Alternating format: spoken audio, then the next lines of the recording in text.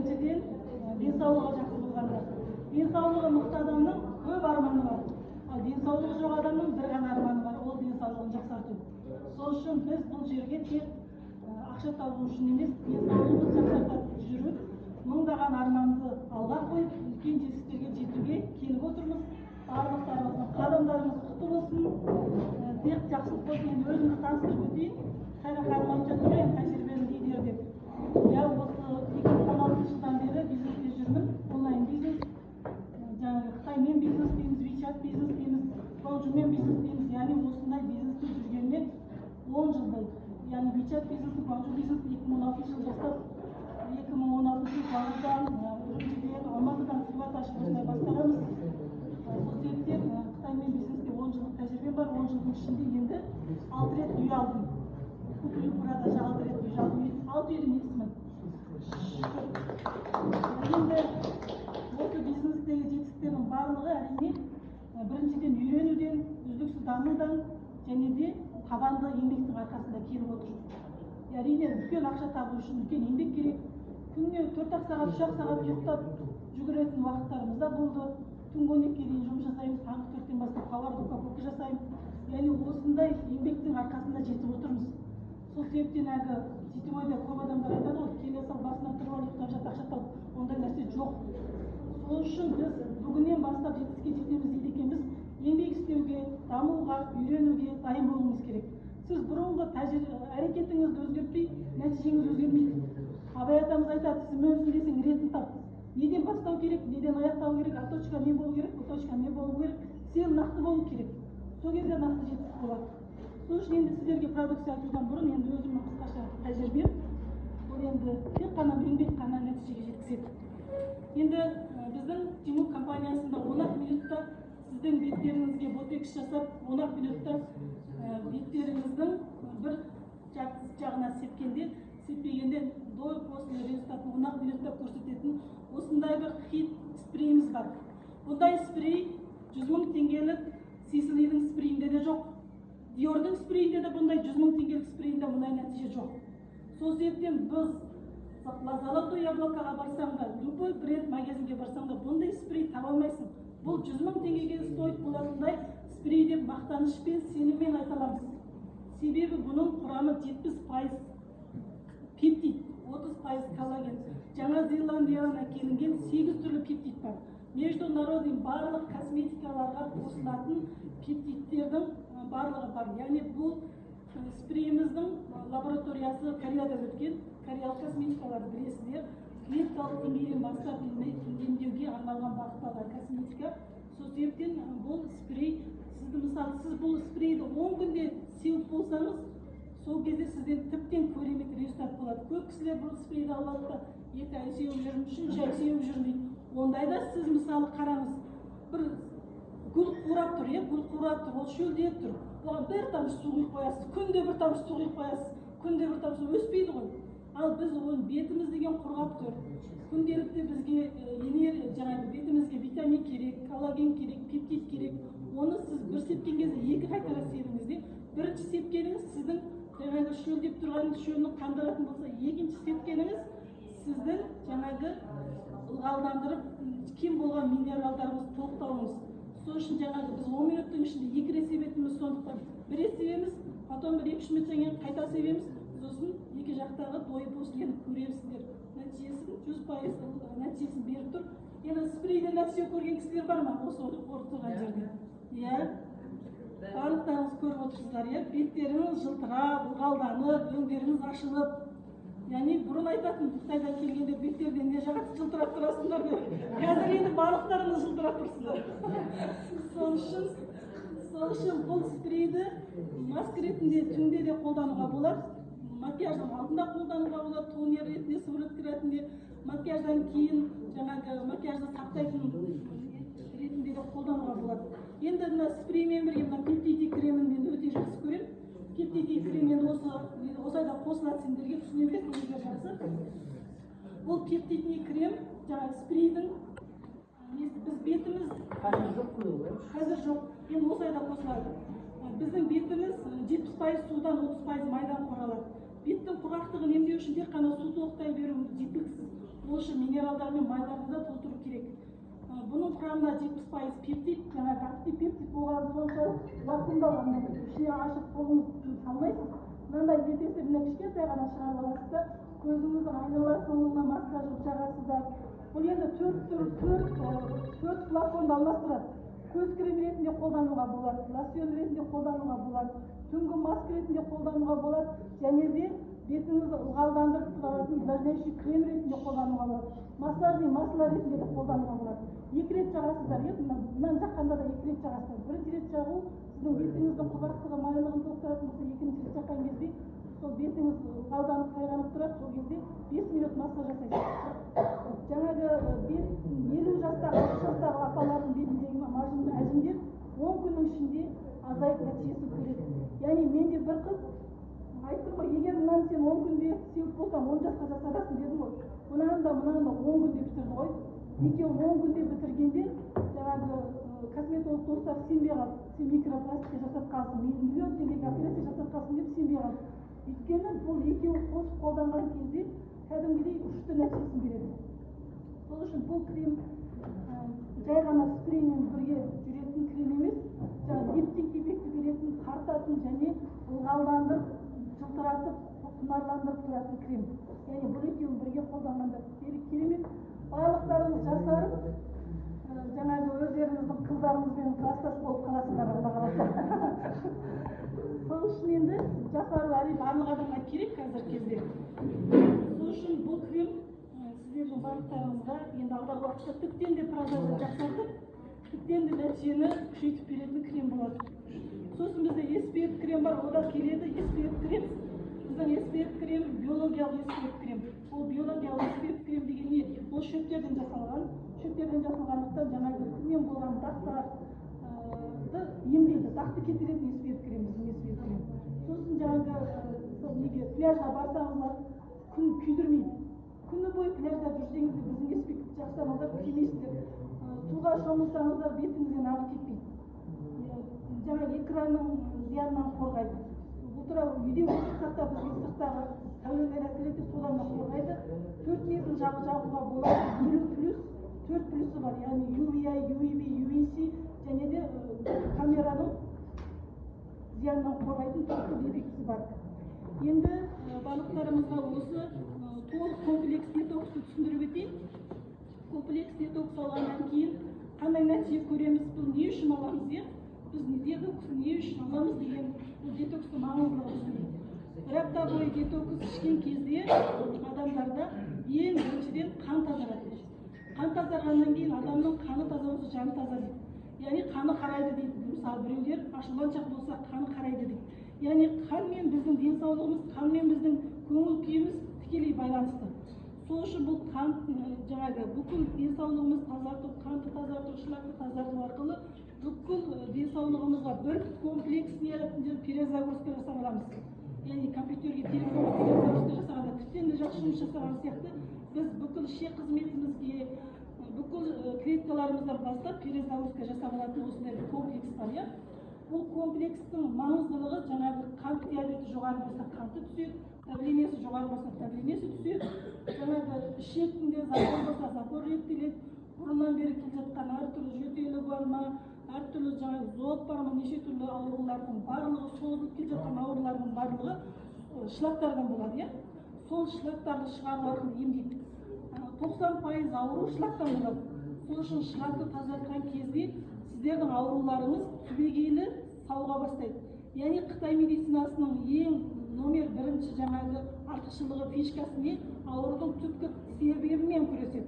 Яғни сізде мысалы өспе өсіп тұр, оның себебімен күреспей өспен алдырсаңыз, ол жыл сайын алдыруға тура келеді. Ал егер де өспенің өсу себебімен күрескен кезде, оның не үшін өскенімен, не үшін қандай жерде проблема болып тұрғанымен күрескен кезде, ол өспе қайтадан өспейтіндей болады. Сол үшін тура сол сияқты біз жаңағы мысалы қант диабеті болып тұр, 32 болып тұр қанты. Не үшін? Өйткені ол жерде жаңағы инсулиннің бөлініп, гормон дұрыс жасамай тұр. Мүмкін активный бөлініп тұр, мүмкін инсулин слабый бөлініп тұр. Тура сол секілді инсулин гормонның қызметі реттелген кезде жоғары диабет болсын, төмен диабет болсын, барлығы қалпына келеді. Сол үшін бұл жерде мысалы осы комплексті бір апта ішіп қанты 32-ден 10-ға түскен, жаңағы аяғындағы тесік жаралары бітеліп бастаған нәтижелер бар. Яғни осы бір апта детокс ішкен кезде давлениесі 190-нан өмір түспеген адамдар давлениесі 130-ға дейін түскен, нормаға реттелген нәтижелер бар. Бұл жерде тек қана анықтау емес, денсаулықты реттеу. Енді бұл денсаулықты қалай реттеуде? Бірінші бұл бирюкан өнімінен бастаймыз. Бирюкан өнімі болса, бұл лотос жапырағынан жасалған. Лотос жапырағы бірден-бір денедегі суықты, сосын және де денедегі объемды суды шығарады. Артық суларды, артық объемды шығару арқылы, былай айтқанда біздің клеткамыздың кептірушісі болады. Клетканың кептірушісі осы бирюкан өнімі. Бирюкан өнімі клетканың кептірушісі болса, екінші бирюкан өнімінен кейін біз мына қан тазалау өнімін ішеміз. Бұл қан тазалау өнімінің құрамында НАТО бұршағы бар. Бұл НАТО бұршағы Жапонияда ең танымал, яғни бұл желі сияқты НАТО бұршағы. НАТО бұршағын үнемі таңғы асқа ішкендіктен япондықтар ешқандай давление болмайды, ешқандай қант диабет болмайды. Сол үшін осы НАТО бұршағының ферменттерінен шоландо деген шоландо, аты шоландо. Бұның ішінде 60 тал бар. Әдеттегі өнімдерден қымбатырақ болатыны, бұның ішінде 60 тал бар. Бір талдан 2 уақыт ішесіздер, бір ай бойы ішесіздер. Бір ай бойы ішкен кезде сіздердегі қандағы холестерин төмендейді. Біз мысалы барлығымыз қызыл ет жейміз, малдың етін, қызыл еттерді жейміз, сол себептен біздің барлығымыз холестериніміз жоғары. Осы холестеринді төмендету арқылы, қан тамыр қызметін жақсарту арқылы, қанды сұйылту арқылы біздің жаңағы қан тамырларымыздың серпімділігі жақсарады. Сосын жаңағы қанның ағу жылдамдығы жақсарады. Қан айналысы жақсарған кезде біздегі жаңағы жүрек қызметі болсын, бүйрек қызметі болсын, қан айналыс қызметі болсын, барлығы реттеліп, жаңағы давление орнына түседі, қант орнына түседі. Сосын біздегі жаңағы өңіміздің өзі жайқалай бастайды. Яғни қан тазалаған кезде сіздердің тілдеріңіздің астындағы күре тамырларыңыз басында қоп-қоңыр болып тұратын болса, бұл қан тазарту өнімді тілдің астына қойып сора бір айдың ішінде сіздегі жаңағы варикоз дейміз, жаңағы тамыр тосылу, кейбір кісілердің денесі өзінен өзі көгала болып жүреді. Осының барлығы қандағы қоюлық, қандағы холестерин жоғары болуынан осының барлығы реттеледі. Осы детоксты ішу барысында міндетті түрде жылы суды көбірек ішеміз. Суды ішу арқылы бүкіл біздің мына қан тамырларымыз шаштың жіңішкелігінен бастап күре тамырымызға дейін бүкіл қан тамырды қосатын болсақ бір жер шарын айналуға болады. Яғни осындай көп қан тамырды тазалап шығуға әрине ұзақ уақыт кетеді. Сол үшін мынаны бір ай бойы ішеміз. Ал үшінші продукциямыз болса, бұл май еріту өнімі. Бұл май еріту өнімінің ішінде 10 түрлі жеміс, 5 түрлі көкөністер бар. Енді біз күнделікті өмірде жеміс-жидек көкөністерді көп жей бермейміз. Ал май ыдырату өнімі болса, осы жеміс-жидек көкөністер арқылы біздегі мысалы май тек қана ішекке жиналмайды, бауырға май жиналады, бүйрекке май жиналады, жүрекке май жиналады. Осы майлардың барлығын ерітіп ыдырату арқылы біздің үлкен дәретіміздің бетіне бейне сұйық май құйғандай отырып шылақты шығарамыз. Ол қай кезде шығарады дегенде, әдетте осы детокс жасағаннан кейін 4-5 күндері шылақ көп шығады. Сіздер басында детокста, басында 1-2 күні бастарыңыз ауырады. Өйткені шылақ дайын тұрған жоқ, оны босатады, жібітеді. Сол шылақтарды шығаруға дайындайды, 3-4 күн бойы біраз аурулар болады. Сіздер мысалы бұрын бүйрегіңіз ауырса, бүйрегіңіз шаншу мүмкін, бұрын буыныңыз ауырса, буыныңыз ауыру мүмкін. Осындай ауру процестері сіздің сол жердегі шылақтарды шығару процесі деп түсінсеңіздер болды. Сол осы өнім арқылы 4-ші күннен кейін үлкен дәреттеріңізде майлар шыға бастайды. Енді май ыдырату өнімі. Ал енді бұл болса зығыр тұқымынан алынған каша. Бұл сіздер осы өнім арқылы қарындарыңызды тойдырасыздар. Сосын мына өніммен бір осылай тәжірибе жасауға болады. Жаңағы йодты суға тамыз, күріш салып, йод салып, соның үстіне осы зығыр талқанын салған кезде жаңағы суды бұл зығыр талқаны тазартып жібереді. Яғни басқа да коктейльдер бар, басқа да кашалар бар, бірақ ондай каша басқа компаниялар жоқ. Осындай. Бұл өзі тамақ, өзі тазартады, өзі минерал толықтырады. Яғни жер бетіндегі балық деген аты бар. Бұның құрамында магний және омега-3, омега-6 өте көп. Идеальный таңғас деген өзінің аты бар, яғни идеальный таңғас ретінде ішуге болады. Сосын бұл өнімді жалпы әлсіз адамдар, қаны аз адамдар, әлсіз болып жүрген қарт адамдарға да ретінде ішуге болады. Және бұл іше отырып денедегі артық металл металлдарды жаңағы йодты тазартып отқан сияқты ауыр металлдар болады денемізде. Мысалы консервалаған тамақтар жейміз, одан металл жиналады. Әртүрлі дәрі-дәрмектің шлактары болады.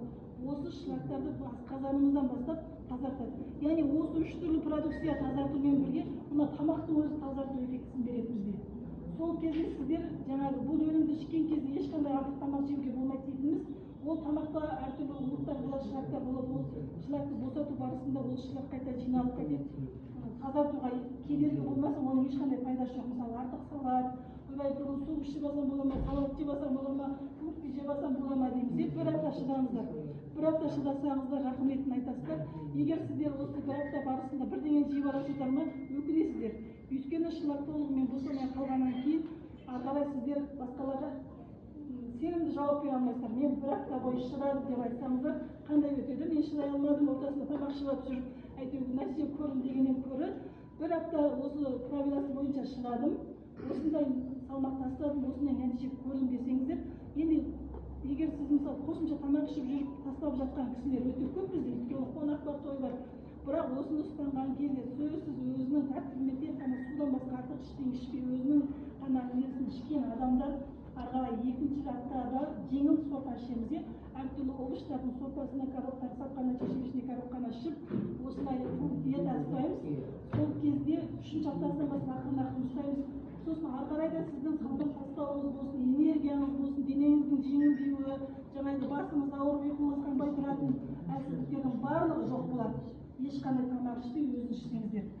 Ал енді 4-ші өніміміз болса, бұл коллагенді порошок. Бұның ішінде сиырдың жамбас сүйегінен алынған коллаген бар. Бұл коллагенді порошок 20 түрлі патентке ие. Мысалы, әдетте адам қартайған сайын сүйектерінің молекуласы алыстай бастайды. Сүйек тығыздығы азайғаннан кейін адамдар жығылса тез сынатын болады, сүйегі морт болады, буындар қақсайтын болады, буындағы сұйықтықтар азаяды. Осының барлығы ненің себебінен? Коллагеннің азаю себебінен. Осы коллагенді толықтырған кезде қайтеді, ол тек қана сіздің сүйегіңізге емес, ол сіздің бетіңізге тартады. Яғни іштен ішілген косметика болады былайша айтқанда. Ол тек қана сіздің бетіңізге ғана емес, бауыр бүйрегіңізге, әйелдер жағындағы жаңағы әртүрлі жасаруыңызға көмектеседі. Сонымен қатар өңіңіз жарқырайды, бұлшықеттеріңіз салбырамай, бұлшықеттеріңіз шымыр болады, энергияларыңыз көтеріледі, шаршамайсыздар. Жүгіріп жүріп шаршамайтын осындай энергияға ие болу үшін осы коллагенді міндетті ішу керек. Бұдан да бір талдан шуақ ішесіздер. Енді ішу рет тәртібін айтып өтейін. Бұл бүйрекаңды таңертең ерте аш қарында 2 талды. Таңертең тұра салдыңыздар, 2 стакан жылы су ішіп аласыздар да, сосын бүйрекаңнан 2 талдын шайнап жеп, сосын 1 стакан жылы суды және ішіп аласыздар. Сосын 15 минуттан кейін мынау қан тазарту өнімін тілдің астына 1 тал сарып сорасыздар. Бұл таңғы алдында, осы 2 өнімді таңғы алдында және кешкі алдында ішесіздер. Содан кейін таңғы басталады, 20 минуттан кейін осы кашадан біреуін, коллагеннен біреуін жаңа таңғы ретінде ішіп аласыздар. Таңғы ретінде ішіп аласыздар. Таңғастарымыз осы мінекей, осы 4 өнім таңғастарымыз болады, осы 4 өнім кешкі астарымыз болады. Ал түскі асымыз өзгереді. Түскі аста түсте сіздер қарындарыңыз ашып тұрған кезде бірден осы каша мен коллагенді ішесіздер. Түскі ас болғаннан кейін 1 сағаттан кейін майылдырат өнімінен 2 тал ішіп аласыздар. Бұл майылдырат өнімін ішу барысында 1 стакан жылы су, ішкеннен кейін ыстықтау 2 стакан жылы су ішіп алу керек. Майылдырат өнімін түскі аста іштіңіздер, кешкі аста және де осы таңда не іштік соны ішеміз. Яғни мынау бүйрекаңды тамақтың алдында, қан тазарту тамақтың алдында ішеміз. Осы 20 минуттан кейін осы каша мен коллаген ішеміз. Кешкі аста ішіп болдық. Кешкі астан кейін жатарда және де осы майылдырат өнімін 2 талдын жылы сумен ішіп аласыздар. Ал жатарда не үшін майылдырат өнім ішеміз дегенде бізде бауырда артық май жиналады, бауырда шлактар жиналады. Осы бауыр майласу деген нәрсе білесіздер, яғни біздің ұйықтаған кезде бауыр 80% күндізге қарағанда активный жұмыс жасайды. Яғни бауырдағы шлакты, бауырдағы майды тарату үшін міндетті түрде жатарда осы 2 тал майылдырат өнімін ішсеңіздер, таңертең дәреттеріңіз, үлкен дәреттеріңіз жұмсақ болады, сосын жаңа сыртынан майлар шығады. Яғни бауырдағы майды тарату үшін жатарда осыны міндетті түрде ішеміз. Осылай комплексті ішіп, бір аптада нәтижесін көреміз. Енді продукция туралы түсінбеген сұрақтарыңыз болса сұрап алыңыздар. Кімге не түсініксіз болды? Карандашты айтпадыңыз ба? Карандаш қазір енді неде жоқ болғаннан кейін айтпадым. Енді карандаш, бұл жерде карандаштың ең басты қасиеті ол 2000 жылдық жасалған. Дайжау рецебінің фишкасы не дегенде, дайжау рецебі қай жерде жаңағы не тосылады. Дайжау рецебінің негізгі фишкасы қай жерде энергия тосылады, қай жерде жаңағы қан тамырдың айналуы тосылады, қай жерде нерв түйіндерінде жаңағы тосылу болады, соны ашу. Яғни нерв каналдарын, қан тамыр каналдарын ашу оның негізгі фишкасы. Яғни осы дайжау рецебімен жасалған осы көз қарындашы, мысалы, көздің айналасына жақсаңыздар, көздің айналасында пора болмайды. Көздің айналасында тек қана нерв тамырлары болады. Яғни көздегі нерв тамырларына көз қарындаштарын жағу арқылы көздің көріп қатын, көздің жаңағы біз үнемі экранға қараған кезде көзіміздің сұйығы азаяды, көздің сұйығын толықтырады. Және де көздегі қабыну болсын, көзге ет өсу, яғни көз айналасындағы нерв тамырларының заталмасы қызмет әсірегендіктен, көз айналасындағы нерв тамырларының заталмасы қызмет әсірегендіктен қайтеді, көзге ет өседі, май өседі. Осының барлығы көздің заталмасы қандардың айналуы нашар болғандықтан сол жерге май жиналып жатыр, ет жиналып жатыр. Осыны кетіреді. Яғни көздегі операция, көздегі еттің өзін операция жасап, көздерді көре алмай жатқан адамдар көп. Яғни осындай проблемадан кетуге осы бірақ қарындаш арқылы емдеуге болады. Яғни өзінің мынандай массажный шаригі бар. Әдетте сіздер бастарыңыз ауырған кезде осындай жерге жақсаңыздар, бұл миларыңыздың сергек болуына көмектеседі. Яғни стрессіз жүрген адам жоқ, бас ауырмай жүрген адам жоқ. Сол себептен бұл жаңағы басқа жағу арқылы, көзінде проблемасы жоқ болса да, мысалы, басына жағу арқылы, осылай шаштардың айналасына жағу арқылы мидағы нерв тамырлардың каналдарын ашуға болады. Сосын көздің айналасына жағу арқылы көздің көру қызметін жақсартуға болады. Барлық қазір кезде туа салғаннан бастап қартайғанға дейін телефон көреміз. Осының барлығы бізде қазіргі кезден уже басталып жатыр. Көздің көру қуаты нашарлап жатыр. Бір 5 жылдан кейін очки тағатын адамдардың саны қазіргіден де 50% көбірек болады. Сол үшін бұл көздің проблемасын жаңағы очки тақпай тұрып алдын алу керек.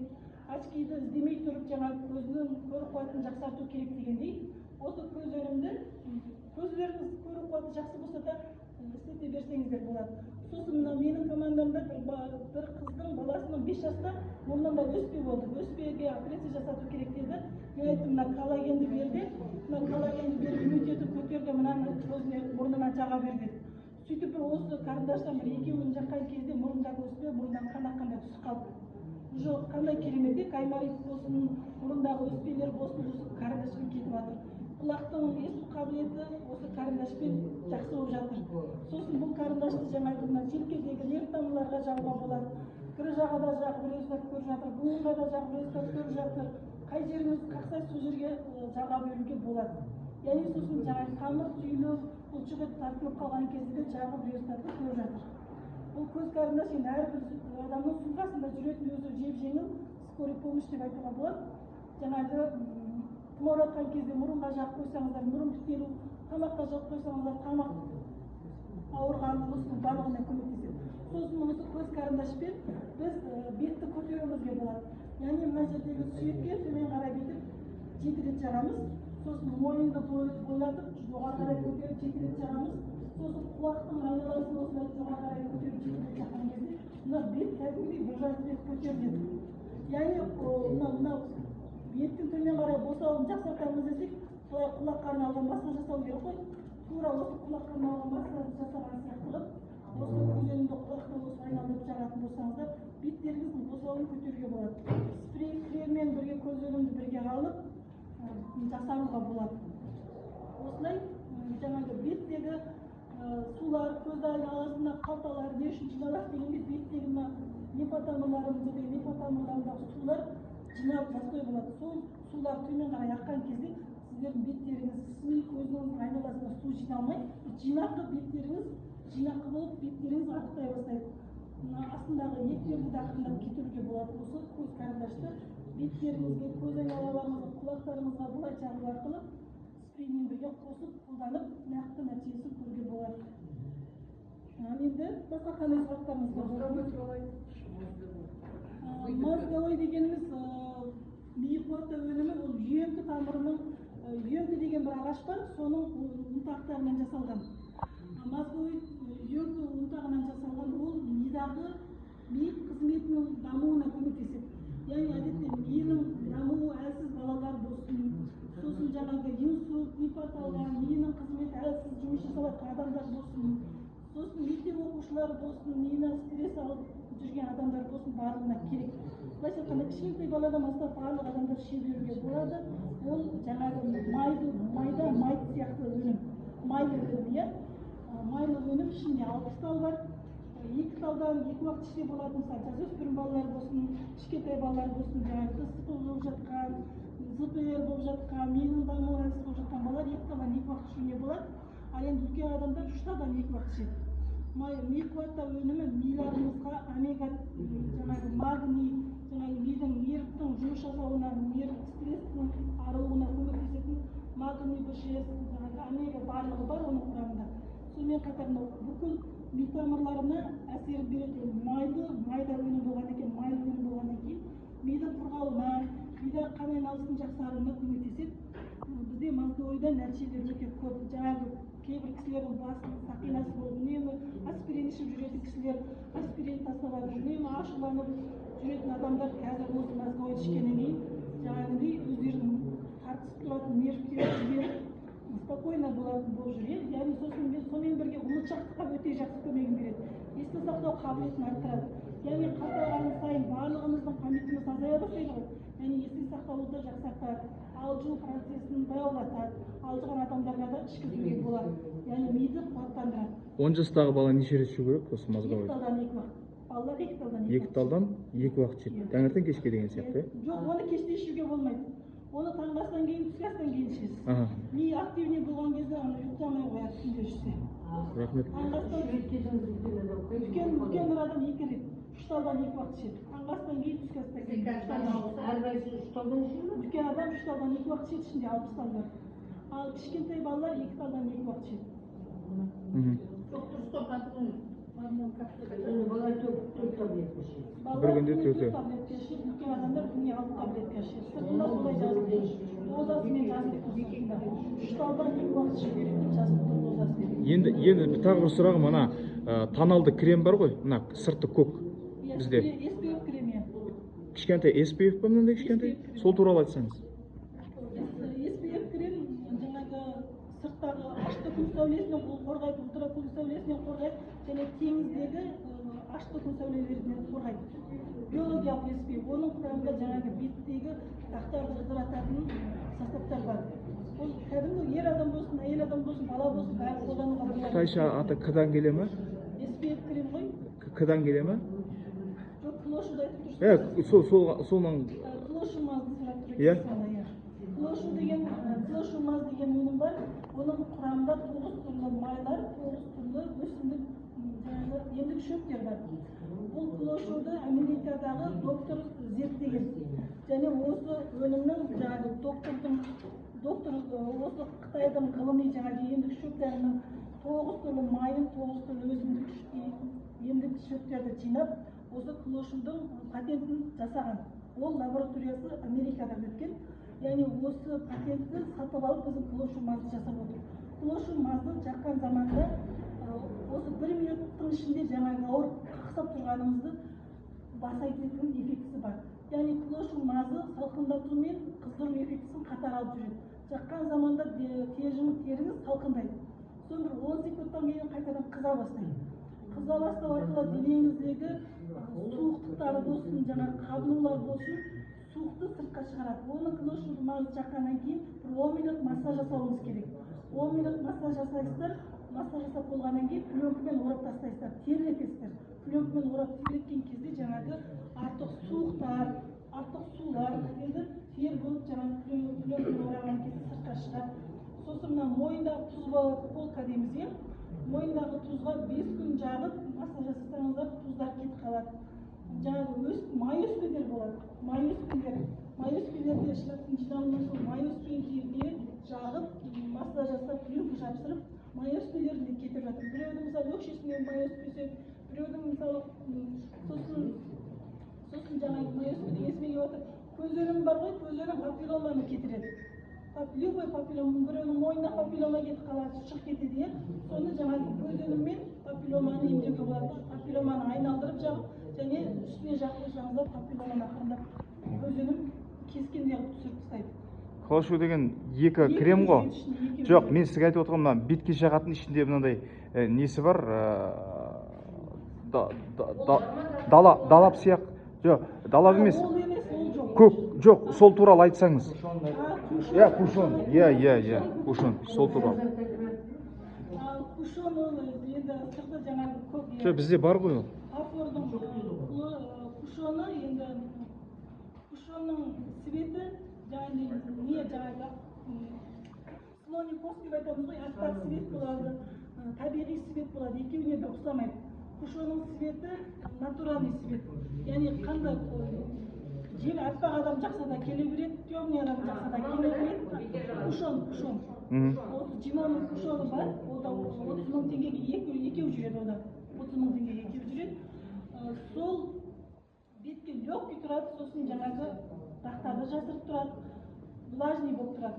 Сухой кушон емес те, жылтырақты ылғалдандырып тұрады, бетіңізге минерал беріп жаңағы. Оның да құрамында әртүрлі жүктер бар, ылғалдандыру, тонерлар бар, ылғалдандыратын тонер. Өзі ылғалды болып тұрады, свежий, ылғалды болып тұрады, бетке су толықтау арқылы бетті жылтыратып, бір легкий, бір тон беріп тұрады. 15 жастан бастап қолдануға болады кушон. Получается, макияждың алдында 4 этап жүреді, увлажнение. Увлажнение жасамай-ақ сразу кушон жаға беруге болады. Көзге барлығы бар.